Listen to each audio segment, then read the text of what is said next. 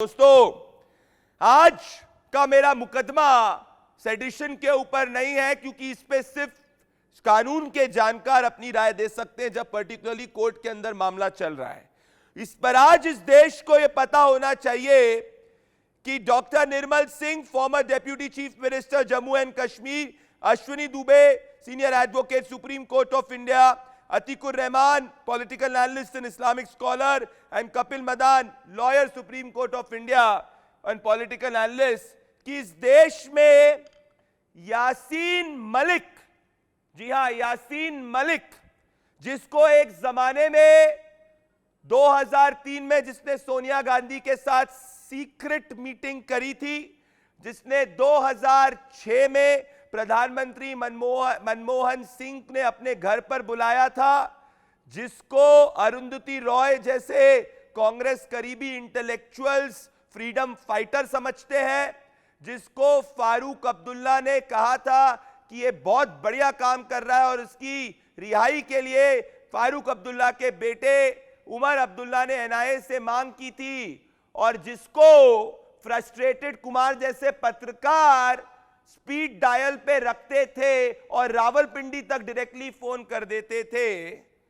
ये यासीन मलिक ने आज कबूल लिया है, कल कोर्ट के सामने ये कबूल लिया है कि हां वो एक आतंकवादी है, उसने आतंकवादी गतिविधियों में फंडिंग करी है। It's open and shut.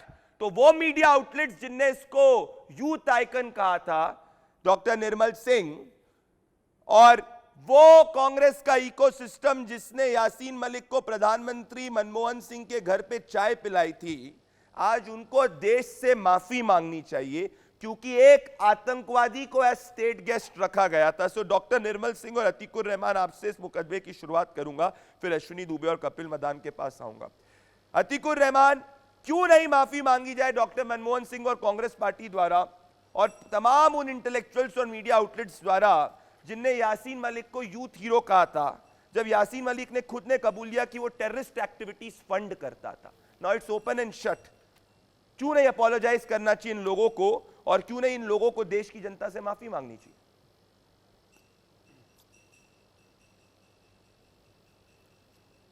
नहीं, मैं समझ रहा हूं आपका प्रदीप भाई सोचना गलत है।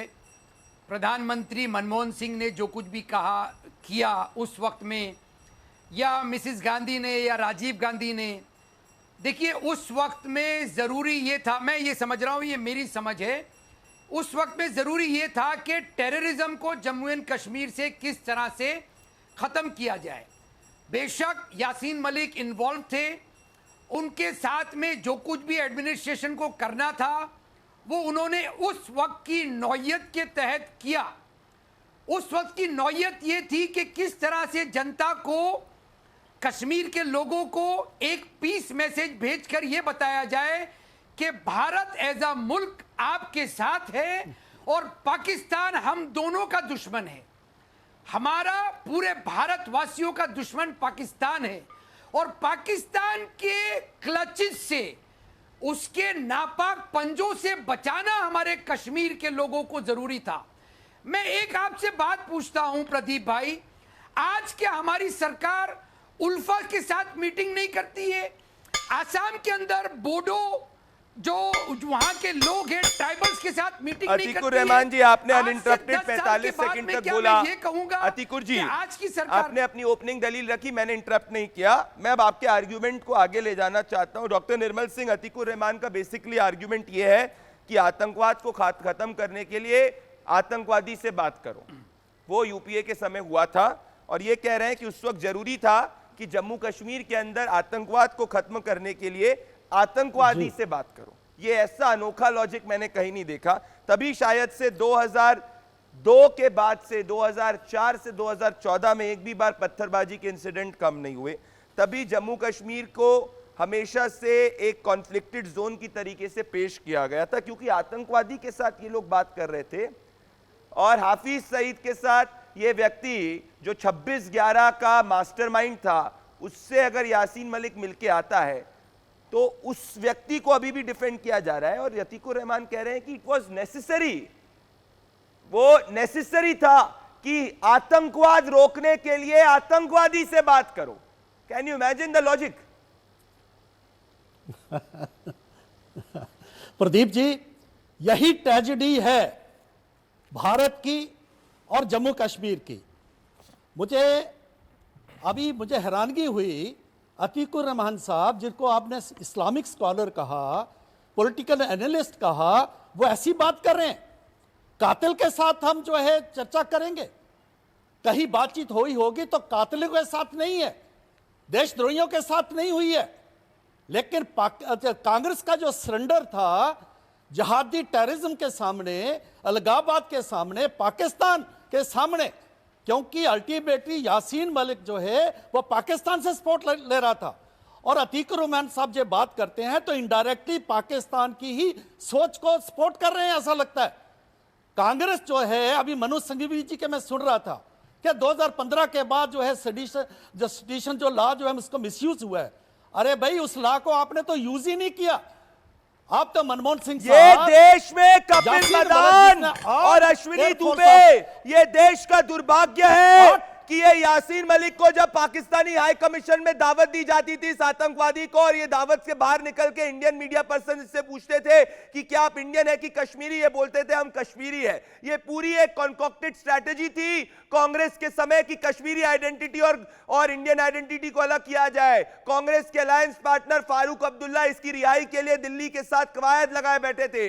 तो ये पूरा स्ट्रैटेजी था कि इधर से इंटेलेक्चुअल्स आतंकवादी को लेजिटिमाइज करेंगे, इधर से प्रधानमंत्री के साथ स्पेशल चाय पी जाएगी, इधर से 2003 में सोनिया गांधी के साथ मीटिंग की जाएगी और कश्मीरी हिंदुओं की बात नहीं की जाएगी, उनके न्याय की बात नहीं की जाएगी। Kapil Madan, Congress party owes an apology to the people of India. Pradeep ji, मैं पहले आपको बात बताऊं। एक हमारे यहाँ लर्नेड पैनलिस्ट हैं जिन्होंने बात करी पाकिस्तान की और जिहादी टेरर की, तो मैं आपको एक बड़ा इंटरेस्टिंग सा एक इंसिडेंट बता देता हूं कि अगर किसी सरकार ने अगर पाकिस्तान को सबसे बड़ी मात दी है तो वो कांग्रेस पार्टी ने करी। 1971 के अंदर पूरे विश्व का जो नक्शा है वो चेंज हुआ। आज तक की हिस्ट्री में वर्ल्ड वॉर 2 के बाद इतनी बड़ी मिलिट्री विक्ट्री तभी आप आतंकवादी को पाल रहे थे। आप सुन लीजिए, आप तभी आप आतंकवादी को पाल रहे थे और एक जमाने में कॉन्क्लेव में उसको महात्मा गांधी से कंपेयर किया गया था। आपको मैं अभी आपकी बात पे भी आ रहा हूं और मैं आपकी हर बातों का जवाब दूंगा। दूसरी चीज, जहां तक आप बोल रहे हैं कि ये आतंकवाद पे इनका कांग्रेस पार्टी, ये तो बीजेपी है जो सख्त है और कांग्रेस पार्टी हल्की थी। तो मैं आपको एक बात बताता हूं कि एक डीएसपी था जिसका पॉसिबल कनेक्शन है पुलवामा अटैक के साथ, वो जेल में बंद है। मैं आपसे पूछ रहा हूं कपिल मदान की सोनिया गांधी जी को इस देश से माफी नहीं मांगनी चाहिए कि 2003 में उनने सीक्रेट मीटिंग इनके साथ की? क्या इस देश में दिग्विजय सिंह को माफी नहीं मांगनी चाहिए? अरे हाफिज सईद मास्टरमाइंड ऑफ 26/11 के साथ ये मीटिंग करके आया अश्विनी दुबे जी, और एक फ्रस्ट्रेटेड कुमार जैसा पत्रकार स्पीड डायल पे रावलपिंडी में इसको कॉल करता और 3 बार सर यासिफ साहब बोलता था। ये देश के लोगों को, अरे मेरा टैक्स पेयर का मनी इस यासीन मलिक पर क्यों स्पेंड हो? हैंग करो यासीन मलिक को, फांसी पे लौटाओ, लटकाओ यासीन मलिक को, उम्र कैद से ये देश के पैसों पे पल रहा होगा। कपिल मदान जी से कहिए कि भाई ये बता दें कि कपिल जी यासीन मलिक को डिफेंड मत करिए, रिलैक्स। आपने बोला मैंने आपको इंटरप्ट नहीं किया। अश्विनी दुबे और अपने कपिल भाई को कहिए कि अपने फ्रीडम ऑफ स्पीच और एक्सप्रेशन का जो इस्तेमाल कर रहे हैं वो दूसरे के फंडामेंटल राइट का वायलेशन करके नहीं करें, मुझे भी बोलने दें। प्रदीप भाई, आपको बहुत बहुत बधाई एक पैट्रियोटिक जर्नलिज्म के लिए, बहुत बहुत बधाई। लगातार पिछले कई वर्षों से इन प्रिपरेटर्स ऑफ क्राइम, इन देश के दुश्मनों को आईना दिखाने के लिए अपने एक इन्वेस्टिगेटिव पैट्रियोटिक नेशनलिस्ट जर्नलिज्म के लिए। और आज हम देखें तो प्रदीप भंडारी, आपके भी प्रयासों को नकारा नहीं जा सकता, जिसकी वजह से जो पब्लिक डोमेन में आप खास तौर से यासीन मलिक जैसे जो दूरदांत हत्यारे थे, जो देश के दुश्मन थे, उनको लेकर के आए, जिनसे बात करने के लिए उस समय की गवर्नमेंट इंटरलोक्यूटर अपॉइंट करती थी। और वो इंटरलॉक्यूटर वहां जाते थे, नाम आपको भी पता है वो इंटरलॉक्यूटर कौन होते थे, वो सिर्फ वही लोग होते थे जो लोग उनके यहां दिल्ली में बैठे हुए सिंपैथाइजर्स थे, जिन लोगों को प्रदीप भंडारी की भाषा में अर्बन नक्सल कहा जाता है। वो इंटरलॉक्यूटर कश्मीर में जाते थे और बात करते थे कि अब भारत मैं एक सरकार पोल के करना साथ- चाहता हूं इस पैनल पे, इस जी, पैनल जी। पे मैं पोल करना चाहता हूं। मैं पूछना चाहता हूं, हाथ उठाया जाए, किसको लगता है कि जिसने इस आतंकवादी यासीन मलिक को बैक किया उसको देश की जनता के सामने माफी मांगनी चाहिए, और जिसने उसको लेजिटिमाइज किया, जिसने उसको यूथ आइकन बोला, उसको इस देश की जनता के सामने आकर माफी मांगनी चाहिए? कौन कहता है? हाथ उठाइए। मैं कहता हूं कि मांगनी चाहिए। आप कहते हैं मैं सिर्फ क्या, मैं कहता हूं मांगनी चाहिए। और कौन कहता है इसमें? अश्विनी दुबे कहते हैं मांगनी चाहिए, अतीकुर रहमान को नहीं लगता, डॉक्टर निर्मल सिंह को लगता है मांगनी चाहिए, और कपिल मदान को नहीं लगता। तो अतीकुर रहमान, मुझे बताइए, मैं आपसे पूछता हूं कि क्यों नहीं माननी चाहिए माफी, जब कोई आतंकवादी खुद कबूल रहा है कि उसने आतंकवादी फंडिंग करी, सो उसको बैक करने वाले लोग तो आतंकवाद के टैसिट सपोर्टर हो गए, भले वो गवर्नमेंट के अंदर हो, गवर्नमेंट के बाहर हो, इंटेलिजेंसिया के अंदर हो। तो ये क्यों नहीं माफी मांगे जब वो खुद कह रहा है कि धारा 120B, 124A, 16, 17, 18 और 20 यूएपीए एक्ट के अंदर उस पे चार्जेस है, उसको खुद ने उसने कबूला, और कोर्ट ने ये कहा है कि ये स्वतंत्रता संग्राम के नाम पर जम्मू कश्मीर में आतंकवादी गतिविधियां चलाते थे। तो वो कॉन्क्लेव्स में जहां पर इसको यूथ आइकन कहा जाता था, उन सबको भी माफी मांगनी चाहिए। अतीकुर रहमान, क्या जस्टिफिकेशन है आपके पास? कहां गए ये सब लोग? अतीकुर रहमान। नहीं प्रदीप भाई, 2-3 पॉइंट रखना चाहूंगा। देखिए, इंटरनेशनल पॉलिटिक्स का भी मैं स्टूडेंट रहा हूं। बॉम्बे यूनिवर्सिटी के अंदर हमारे प्रोफेसर कामत उस वक्त में हमको पढ़ा रहे थे जब ये सब मामले कश्मीर के अंदर चल रहे थे, मीटिंग्स चल रही थी। उस वक्त में हमारे आजकल की 1 घंटे की या 15 मिनट की डिबेट नहीं हुआ करती थी प्रदीप भाई, बल्कि फुल डे सेमिनार्स होते थे।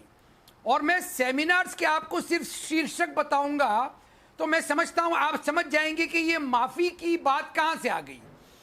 शीर्षक ये हुआ करते थे उस वक्त में प्रदीप भाई, फुल डे का सेमिनार मैं बता रहा हूं, बल्कि 2 डे सेमिनार्स हुआ करते थे।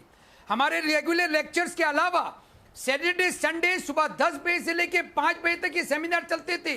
सेमिनार का शीर्षक reformation and deradicalization of terrorist in Kashmir. By talking to a अब आप टेररिस्ट। बताइए, by talking to a terrorist. इस शीर्षक के तहत हम बात क्या कर रहे हैं? दो अभी वो कैसे डीरेडिकलाइज हो गया? अतीकुर जी, इतने सेमिनार्स के बाद भी उसने कह दिया वो आतंकवादी गतिविधियों को फंड करता था। आतंकवाद, इतने सेमिनार्स के बाद भी आपके उसने कह दिया कि वो आतंकवादी गतिविधियों को फंड करता था। कौन सा वो रिफॉर्म हो गया? उसने तो कहा कि जस्टिस नीलकांत गंजू को उसने मारा, उसने कहा कि जस्टिस नीलकांत गंजू जिसने मकबूल भट्ट के खिलाफ सजा सुनाई थी उसको वो मारने में था। उसने अभी तक उसने ये नहीं कहा कि भाई 4 IAF ऑफिसर्स को जिसमें मारा था उसने, उसमें वो इनोसेंट है, वो कहता है कि उसने मारा। तो कहां आपके लिए सेमिनार्स की वजह से एक आतंकवादी जो है पीस मेकर बन गया? बताइए जरा मुझे। इतने सेमिनार्स का आप जी, स्टूडेंट। इसके लिए मैं हमारे आ फॉर्मर रहा हूं। आईबी के जो चीफ थे, हाँ। या शायद रॉ के चीफ थे, आईबी या रॉ के चीफ थे शायद दुलत साहब, मैं उनको कोट करना चाहूंगा। दुलत साहब ने अपनी एक किताब में लिखा है कि डी रेडिकलाइजेशन या कोई भी पीस टॉक्स अगर ये साबित नहीं करती है कि अगर 30 पीस टॉक्स फेल हो गई हैं तो 31वीं कामयाब नहीं होगी। इसके लिए आप डी रेडिकलाइजेशन की कोशिश बनने तभी martyr squadron leader Ravi Khanna की बलि चढ़ा दो, तभी बाकी 3 IAF ऑफिसर्स की बलि चढ़ा दो, तभी डॉक्टर निर्मल सिंह जम्मू कश्मीर के युवाओं के हाथ में पत्थरबाजी करवा दो as a terrorist activity and a terrorist ecosystem. और जिस आप रॉ चीफ की बात कर रहे हैं ना, भले वो किसी भी सरकार में, मैं लेजिटिमेटली कह रहा हूं, he was a failed raw chief, से तो बचाया वो ना। फेल्ड रॉ चीफ थे, एवरी पॉलिसी उसकी फेल हुई, फेल्ड रॉ। प्रदीप जी, अतीकुर रहमान की जो पढ़ाई हुई है, जो सिखलाई हुई है, वही एजुकेशन सिस्टम था जिसको कांग्रेस ने दिया, जिसमें जो मुस्लिम पीस में पाकिस्तान के सामने सरेंडर, वही उसका पार्ट था। उसी में अतीकुर रहमान जैसे जो सो कॉल्ड स्कॉलर्स हैं उनकी जो है सिखलाई हुई है।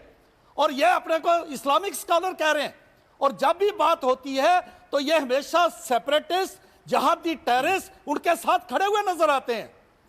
और उसके बाद ये ब्लेम करेंगे नेशनलिस्ट फोर्सेस को। ये अनफॉर्चुनेट पार्ट है हमारी जो भारत की, जो यहाँ की जो राजनीतिक जो है। और ये किस कातिल से बात करेंगे? वो कातिल जो कि कहता है जब मेरी बात मानो नहीं तो तुम्हें जीने का कोई हक नहीं है। वो सोच ऐसी है, उस सोच के खिलाफ हमें खड़ा होना है। अगर ये किसी से बात नहीं होगी, सिर्फ और सिर्फ हैंगिंग होनी चाहिए यासीन मलिक की। देश के साथ खड़ा ये होना आपकी चाहिए। अतीकुर रहमान, आ रहा हूं आपके पास में, आपको मैंने काफी समय दिया, पर कपिल मदान, क्या ये देश, ये हिंदुस्तान ही है जहां पे एक आतंकवादी जिसने अपने आप को प्लीड कर दिया कि उसने आतंकवादी गतिविधियों को फंड किया, तब भी हम उस पर बहस कर रहे हैं और कुछ लोग इस पे डिसएग्री कर रहे हैं। आइडियली इस पैनल पे ये होना चाहिए था, कपिल मदान उठा के बोलते प्रदीप भंडारी जी आप बिल्कुल सही कह रहे हैं, उस वक्त बहुत बड़ी भूल हुई थी, इन सबको माफी मांगनी चाहिए। पर नहीं, आतंकवादी जो खुद कह रहा है मैं आतंकवादी हूं, उसको डिफेंड किया जा रहा है और उस वक्त की पॉलिसी को डिफेंड किया जा रहा है। अरे मुझे बीजेपी कांग्रेस से फर्क नहीं पड़ता, मुझे देश से फर्क पड़ता है, मुझे martyr squadron leader Ravi Khanna से फर्क पड़ता है, मुझे जब जम्मू कश्मीर के अंदर इनने आतंकवाद का जिहाद फैलाया था उससे फर्क पड़ता है। मैं वापस से पूछ रहा हूं कपिल मदान, क्या वो मीडिया ऑर्गेनाइजेशंस, वो पत्रकार जो आज बैठकर देश को मॉरल लेक्चर्स देते हैं और उस वक्त रावलपिंडी में स्पेशल डायल करा करते थे, इनको देश के सामने माफी नहीं मांगनी चाहिए? ये उतने ही बड़े कॉम्प्लिसिट है इसको प्रमोट करने के लिए। एक आतंकवादी को इनने फ्रीडम फाइटर बनाया, एक आतंकवादी को दोस्तों इन पत्रकारों ने फ्रीडम फाइटर बनाया। देखिए, जहां तक माफी की सवाल है तो मैं आपसे एक सवाल, एक मेरा काउंटर सवाल भी है, क्या आपको ये जो बीजेपी के पहले जवाब तो दे दीजिए। माफी की नहीं, मैं जवाब दे रहा हूं, मैं जवाब ही दे रहा हूं। क्या जो नथुराम गोडसे ने महात्मा गांधी को मारा, क्या आज तक कोई बीजेपी के ये जो समर्थक हैं बोलते हैं, माफी मांगते हैं? क्या इनके मुंह से ये निकलता है कि नाथुराम गोडसे को भारतीय जनता पार्टी के किस लीडर ने फ्रीडम फाइटर बोला? आप अच्छे अपनी व्यक्तिगत राय बता दें अपने व्यूअर्स को। Nathuram Godse was a killer. Nathuram Godse was a killer. Nathuram Godse deserve what he got. अब मुझे बताइए यासीन मलिक शब्द क्यों नहीं निकल रहे? महात्मा गांधी को मारने वाला आतंकवादी, उसकी सोच जो है आतंकवादी है। मुझे आप बताइए यासीन मलिक कौन है? अब आप बोलिए यासीन मलिक कौन है? यासीन मलिक कौन है? तो यासीन मलिक को बैक करने वाले कौन हो गए? यासीन मलिक को बैक करने वाले कौन हो गए? कपिल जी, यासीन मलिक को बैक करने वाले कौन हो गए?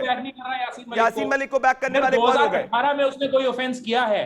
2018 में उसने 2018 में नहीं, 2018 तक करता गया, मारता गया, टेरर फंडिंग करता गया अश्विनी दुबे। और आज खुलेआम कह रहे हैं हाँ उसने टेरर फंडिंग करी। अरे एक अंग्रेजी चैनल को दिए इंटरव्यू में उसने कहा 4 IAF ऑफिसर्स को उसने मारा और उसने बखूबी मारा। जस्टिस नीलकांत गंजू को इसी व्यक्ति की ऑर्गेनाइजेशन ने मारा था, क्योंकि जस्टिस नीलकांत गंजू ने आतंकवादी मकबूल भट्ट के खिलाफ फैसला सुनाया था। तब से कश्मीर के अंदर इन लोग ने जिहाद फैलाने की कोशिश करी, आतंकवाद का जिहाद, और आज हम इसको डिफेंड कर रहे हैं। किस हद तक पहुंच चुके हैं अश्विनी दुबे?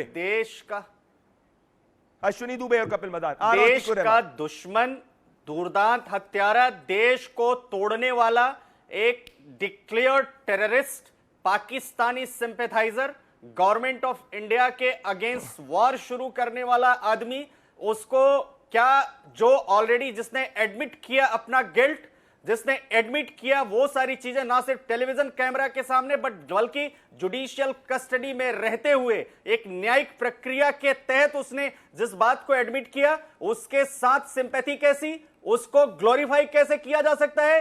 जो कश्मीरी पंडितों के, कश्मीरी हिंदुओं के, कश्मीरी सिखों के वहां पर फोर्स एक्सोडस के लिए जिम्मेदार हो, जो महिलाओं के साथ बलात्कार जैसी दुर्दांत घटनाएं करने के लिए जिम्मेदार हो, जो जज की हत्या करने के लिए जिम्मेदार हो, जो बच्चों की हत्या करने के लिए जिम्मेदार हो, जो देश को देश से तोड़ने की बात करता हो। पहली बार ऐसा हो रहा होगा।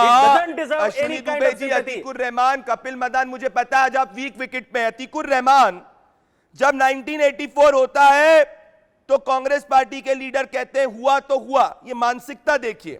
अरे ये 2003-4 वाली नहीं है। 2018-19 में जाके कांग्रेस के सीनियर लीडर पीसी चाको कहते हैं अरे यासीन मलिक एक ब्रेव व्यक्ति था, अरे यासीन मलिक बहुत निडर था कि वो अपने आइडियल्स के साथ खड़ा रहा। क्या आइडियल्स थे उसके? भारत को तोड़ो, जम्मू कश्मीर में आतंकवाद फैलाओ, आतंकवादी गतिविधियों के साथ में फुल ऑन लगे रहो, 2003 में सोनिया गांधी से मिलो, 2006 में मनमोहन सिंह के साथ चाय पियो, और 2018-19 तक जाके कांग्रेस के लीडर्स उसको डिफेंड कर रहे हैं। तो मैं पूछ रहा हूं, ये लोग को क्यों नहीं देश के सामने आना चाहिए जब आतंकवादी खुद कह रहा है कि वो आतंकवादी है अतीकुर रहमान, और कहना चाहिए कि उनने देश के सामने बहुत बड़ी भूल करी, और अगर नहीं आ रहे तो बोल दीजिए क्या उनके प्लान का पार्ट था अतीकुर रहमान और फिर निर्मल सिंह। प्रदीप भाई, ये बड़े दुख की बात है कि क्योंकि मैं मुसलमान नाम रखता हूं, क्योंकि मेरी दाढ़ी है, आप मुझको जोड़ दें आतंकवाद के साथ में। इस तरह से आतंकवाद से हम नहीं लड़ पाएंगे। प्रदीप भाई, सबसे बड़ी मैं ऑब्जेक्शन लेता हूं आपकी डिबेट के ऊपर कि आपकी डिबेट के ऊपर इंटरलॉक्यूटर्स का नाम लिया गया और कहा गया कि वो अर्बन नक्सल थे। आप दिलीप पटगांवकर जो कि सालों साल टाइम्स ऑफ इंडिया के एडिटर रहे, उनको आप अर्बन नक्सल कह रहे हो। आप कुलदीप नैयर साहब को अर्बन नक्सल कह रहे हो। आप उन इंटरलॉक्यूटर्स को अर्बन नक्सल कह रहे हो जिनको वाजपेयी जी बुलाकर मिसिस गांधी, राजीव गांधी, यासीन मलिक सारे के सारे उनको आइडिया के साथ में इंटरलॉक्यूटर बनाकर कश्मीर वैली में भेजते थे।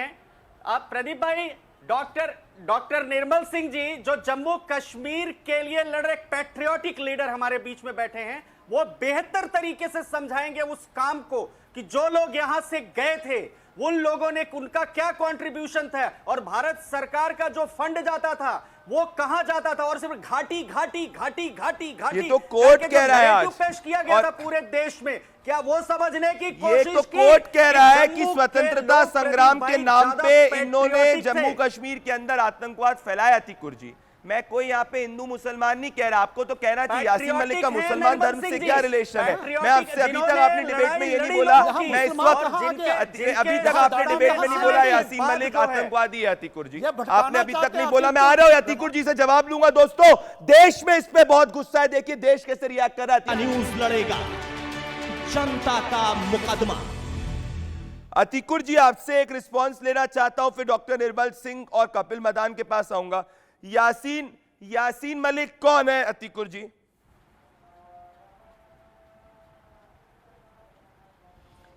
जी, आतंकवाद से संबंध रहा है, अगर उनका रिफॉर्म नहीं हुआ है तो आप सजा दीजिए।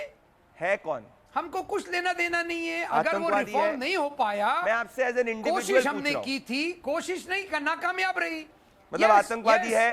अरे वो तो खुद कबूल कर रहे हैं भाई, अब हम कौन होते हैं उनको बचाने वाले? तो जिनने उनको सपोर्ट किया, क्या वो आतंकवादी गतिविधियों को सपोर्ट करने में संलिप्त थे?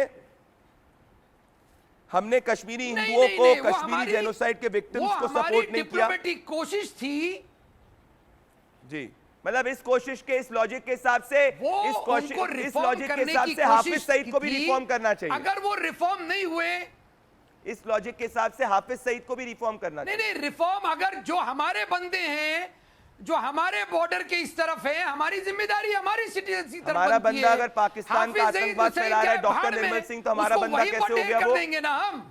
सर्जिकल स्ट्राइक एवरी 15 डेज होनी चाहिए। डॉक्टर निर्मल सिंह हमारा बंदा तो कभी नहीं कह सकता कि हमारा बंदा हमारे देश को तोड़ने के लिए हो जाए वहां पर। डॉक्टर निर्मल सिंह, इस लॉजिक के साथ से हाफिज सईद को भी रिफॉर्म करना चाहिए। दिग्विजय सिंह तो यही चाहेंगे।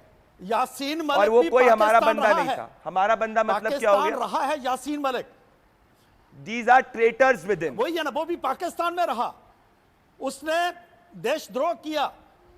जो बाकी जो टेररिस्ट है वहां पर, सलाउद्दीन जैसे, वो भी कश्मीर के हैं लेकिन वहां हैं। कातिल को सपोर्ट करना, कत्ल में सपोर्ट करना जो है वैचारिक तौर पर चाहे प्रत्यक्ष तौर पर, वो भी कत्ल का मुकदमा उस पर चलता है, यह कानून है। तो जो ना लोगों ने यासीन मलिक को सपोर्ट किया, या अभी भी जो सपोर्ट कर रहे हैं, वो भी एक कातिल को सपोर्ट कर रहे हैं। वो आज जो है ये मानने के लिए तैयार है, नहीं तैयार है। ये साहब मदान साहब कह रहे थे कि नथुराम गोडसे किलर था, हम कहते हैं किलर था, उसको फांसी हुई। क्या मदान साहब ये कहेंगे कि यासीन मलिक को फांसी होनी चाहिए? अगर वो किलर है अतीकुर रहमान जी, आप हमारे बंदे, डॉक्टर निर्मल सिंह हमारे बंदे कपिल मदान है, अश्विनी दुबे, पर यासीन मलिक जैसा आतंकवादी जो सिर्फ और सिर्फ हाफिज सईद 2611 का मास्टरमाइंड का एजेंडा इस देश में चला रहा था, वो हमारा बंदा कभी नहीं हो सकता। रवि खन्ना को मारने वाला हमारा बंदा कभी नहीं हो सकता। जम्मू कश्मीर में आतंकवाद फैलाने वाला हमारा बंदा कभी नहीं हो सकता। और ये देश का सबसे बड़ा फेलियर रहा है कि हम इतने सालों से एक आतंकवादी से बात कर रहे थे। इस देश को सिर्फ और सिर्फ एक ही चीज करनी चाहिए, यासीन मलिक को हैंग कर देना चाहिए, कपिल मदान यासीन मलिक को, बिट्टा कराटे को भी हैंग कर देना चाहिए। तभी जाके कश्मीरी हिंदुओं और विक्टिम्स जिनको इनने मारा था उनको जस्टिस मिलेगा। कपिल मदान मेरे साथ इस मुहिम का समर्थन करिए। देखिए प्रदीप जी, मैं बहुत ही क्लियर शब्दों में एक बात आपको जरूर बोलना चाहूंगा कि यासीन मलिक ने अपना जुर्म कबूल किया। जो भी कड़ी से कड़ी उस सेक्शन के अंदर प्रावधान है उसको सजा मिलनी चाहिए। बिट्टा कराटे का ट्रायल होना चाहिए। उसका मर्डर का जो ट्रायल है उसको एक्सपीडाइट करना चाहिए। ये आपकी मुहिम के मैं साथ हूं और आप सरकार पे ये दबाव बनाएं कि जो भी कश्मीरी किलिंग्स हुई थी हमारे हिंदू भाइयों की, उनकी फास्ट ट्रैक कोर्ट में, अदालतों में मुकदमे चलाएं और टाइम बाउंड मैनर में उनकी वो खत्म करें। क्यों नहीं कर रही है सरकार को क्या सिर्फ एक पिक्चर देखने की इंतजार था कि कोई पिक्चर बनेगी, उसके बाद ये जागेंगे, उसके बाद ये टीवी चैनलों पे शोर मचाएंगे और अपना एजेंडा चलाएंगे? अभी तक क्यों नहीं किया इन्होंने? अरे मेरा एजेंडा है, हाँ, यासीन मलिक को हैंग कर रहा। अभी तक नहीं, कोर्ट में आप इतने वरिष्ठ वकील है, कोर्ट के अंदर कार्रवाई चल रही है। कल ही कोर्ट में उसने प्लीड गिल्टी किया अश्विनी दुबे और स्मार्टर स्क्वाडर लीडर रवि खन्ना के मर्डर और बाकी 3 आईएएफ ऑफिसर्स के मर्डर के अंदर भी इस पे चार्जेस चल रहे हैं। कोर्ट की प्रक्रिया चल रही है। कल ही जाके इसने खुद कबूला है कोर्ट के अंदर। और वो सब लोग जिन्हें इसको यूथ आइकन कहा था, उन सबको शर्म आनी चाहिए कि अगर वो फिलॉसफी से एक आतंकवादी को रिफॉर्म कर रहे थे तो अगर इनका बस चलता तो ये हाफिज सईद को भी पाकिस्तान से बुला के यहां पे रिफॉर्म करते। अगर इनका बस चलता तो ये दाऊद इब्राहिम को भी रिफॉर्म करते, क्योंकि मेरे लिए यासीन मलिक, दाऊद इब्राहिम, हाफिज सईद में कोई फर्क नहीं है। अश्विनी दुबे, देखिए, जिस तरीके से प्रदीप भाई इतनी देर से पिछले 1 घंटे के डिबेट में बार बार आप कह रहे हैं कि कहिए कि यासीन मलिक आतंकवादी है, किसी के मुंह से बात तक नहीं निकली। और जो लोग सिंपैथी कार्ड खेलने की कोशिश करते हैं, जो लोग कहते हैं, ऐसा कहने की कोशिश करते हैं कि क्योंकि इंटरलोक्यूटर, और क्या उन्होंने स्टेटमेंट पढ़ा? क्या उन्होंने आतंकवादी है? मैं बोल रहा हूं एब्रोगेशन के बाद आर्टिकल 370 के एब्रोगेशन के बाद, आप आर्टिकल 370 के एब्रोगेशन के बाद का क्या आपने उन लोगों के स्टेटमेंट्स पढ़े? क्या उन्होंने एक लॉफुली पास किए लॉ को एडमिट किया? क्या उन्होंने लॉफुली पास किए हुए जो लोग, आप लोगों ने द लीफलेट पढ़िए, उस पर द कारवा, मैं जाते यही कहना चाहता हूं कपिल मदान, अगर आप यासीन मलिक को आतंकवादी कहते हैं तो यासीन मलिक को बैक करने वाले लोगों ने एक आतंकवादी को पिछले 12 साल से बैक किया, उनको देश के सामने माफी मांगनी चाहिए।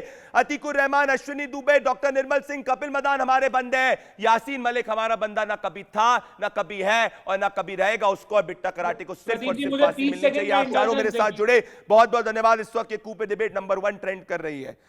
दोस्तों, कूपर अगर आप देखिए पोल तो इसमें मेजॉरिटी जनता हमारे मुकदमे के साथ में 84% जनता कहती है हाँ कि उसको हैंग कर देना चाहिए और उसके बैकर्स को माफी करना चाहिए।